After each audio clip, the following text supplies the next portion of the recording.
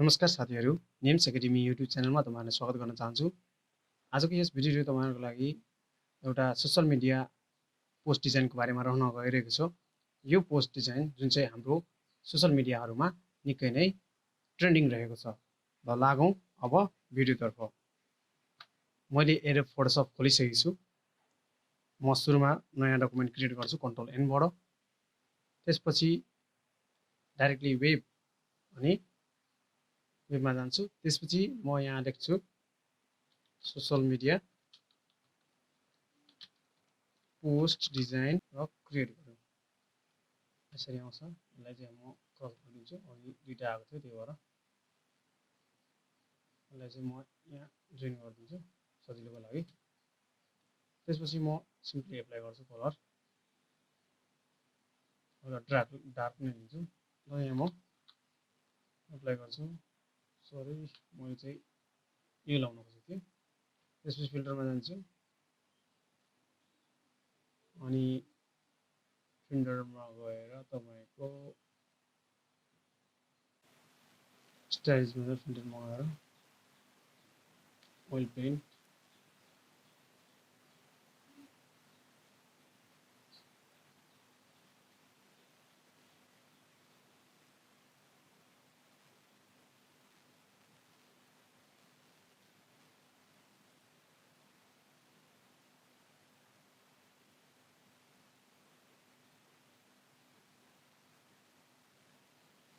Okay यसमा आयो। यसलाई म कन्ट्रोल ए गर्छु, टी गर्छु र सिम्पली यसलाई यता घुमाइदिन्छु।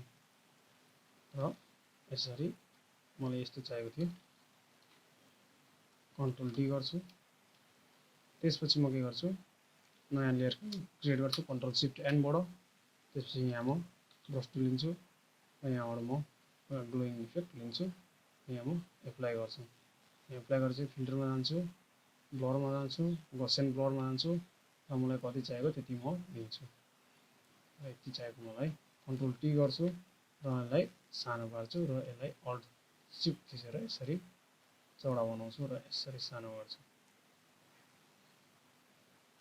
र यसलाई यसरी म राख्छु। सरी कन्ट्रोल अल्ट जेड मुभ लिन्छु। यसरी कन्ट्रोल टी गर्छु। यसरी म यसलाई बढाउँछु, इन्टर गर्छु। त्यसपछि म यहाँ रहेको हेडफोन मैले चाहिँ जुन पहिले नै ब्याकग्राउन्ड हटाएर राखिसकेको थिएँ पेन टुलबाट हटाउन सक्नुहुन्छ। मैले त्यो पनि भिडियो बनाएको छु र हाम्रो यो क्विक सेलेक्सन टुलबाट पनि हटाउन सक्नुहुन्छ। म यहाँलाई सिम्पली उठाएर यसमा राख्छु र यहाँ राखेर यसरी रिसाइज गर्छु।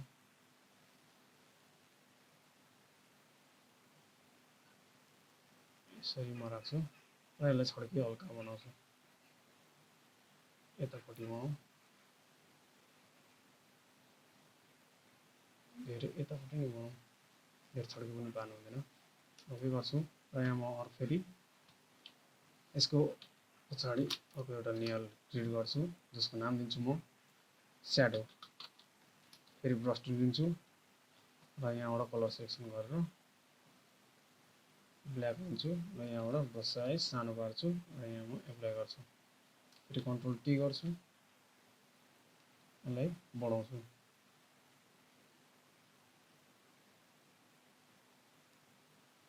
सानो बनाउँछु। स्याडोलाई चाहिँ जति राम्ररी बनाउनु भयो त्यति नै राम्रो हुन्छ। र फिल्टरमा जान्छु र कस्टम ब्लर गर्छु। पुरै हराएको छ। कन्ट्रोल चाहिँ धेरै भयो। फिल्टरमा जान्छु, ब्लर जान्छु, गसेन ब्लर जान्छु र हल्का यसलाई यतिमा राख्छु। ओके गर्छु। त्यसलाई लिन्छु, अल्ट दिन्छु, यहाँ लिन्छु। अल्ट खिचेर लिनु होला डुप्लिकेट बनाउनुलाई। यसको चाहिँ हल्का म यसको चाहिँ सानो गरिदिन्छु। पछि राम्रो देखिएको छ। यसको पनि सानो गरिदिन्छु। धेरै राम्रो छैन छैन। बस फिल मात्रै होस् कि त्यहाँ स्याडो छ भनेर। इन्टर थिच्छु। यतिमा। त्यसपछि म यो भनेको अब एउटा सपिङ स्टोरको अनलाइन सपिङ स्टोरको हो। त्यही भएर म त्यही जस्तै टाइप बनाउन गइरहेको छु। जुन चाहिँ ट्रेन्ड रहेको छ अहिले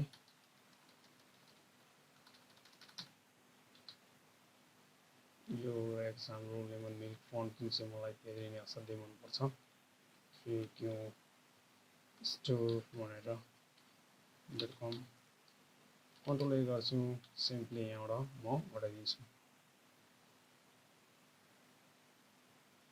यहाँबाट म 3 क्यूलाई हल्का अर्कै कलरमा लैजान्छु लोगो पनि जस्तो देखियोस् भनेर र .com लाई चाहिँ व्हाइट पारिदिन्छु ओके .com लाई पनि स्टोरलाई पनि अर्कैमा चेन्ज गरिदिउँ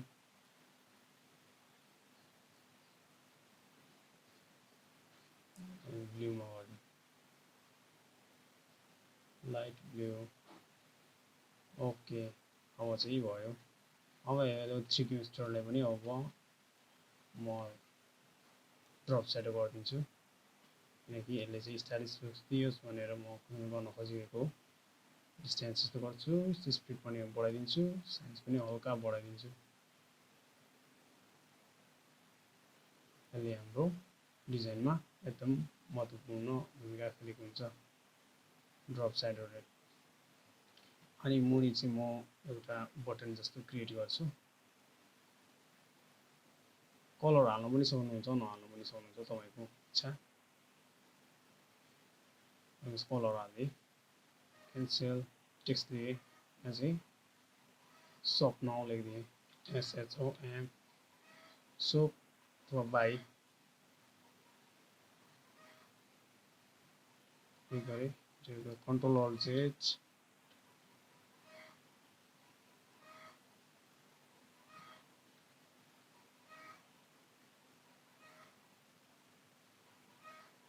कन्ट्रोल जेड त्यही माथि भएको छ त्यही भएर कन्ट्रोल जेड बाहिर लेख्छु पहिले soap now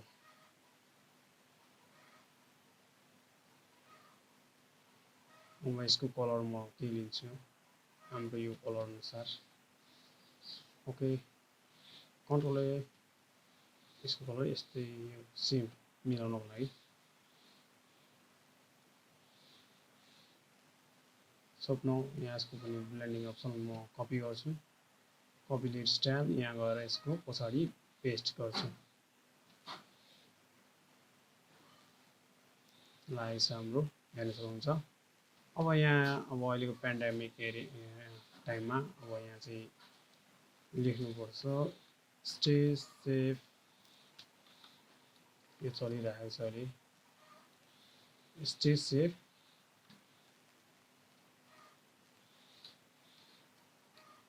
stay at home भनेर यो निकै नै चलिरहेको छ अहिले हुन पनि हामी अहिले घरमै बस्नुपर्ने अवस्था रहेको छ ओके कन्ट्रोल टी यहाँबाट म अर्को यसको डिस्टेन्स यस्तो गरिदिन्छु र यसको म लाइट गरिदिन्छु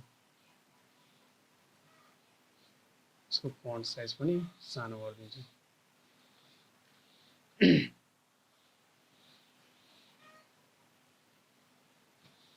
अब चाहिँ हाम्रो यो लगभग डिजाइन पुरा भइसकेको छ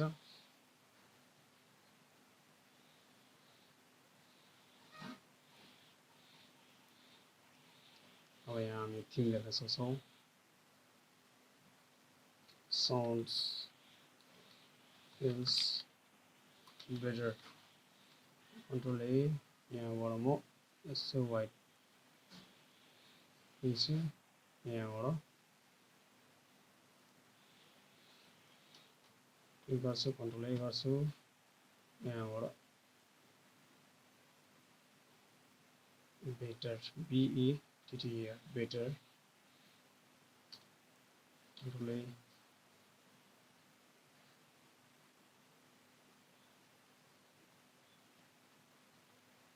यसलाई म सिम्पली रेगुलरमा राख्छु र यहाँ म अझै एउटा लाइन तान्न गइरहेको छु शिफ्ट थिचेर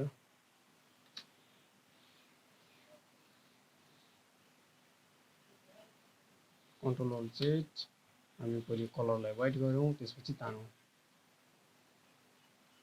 यो थिचौँ, शिफ्ट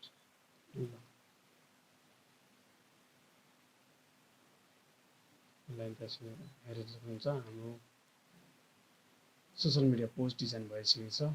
यो भिडियो तपाईहरुलाई कस्तो लाग्यो कृपया आफ्नो प्रतिक्रिया जनाउनु होला। यो भिडियोबाट धेरै कुरा सिक्नुभयो होला। ल भिडियो हेर्दिनु भयो, धेरै धेरै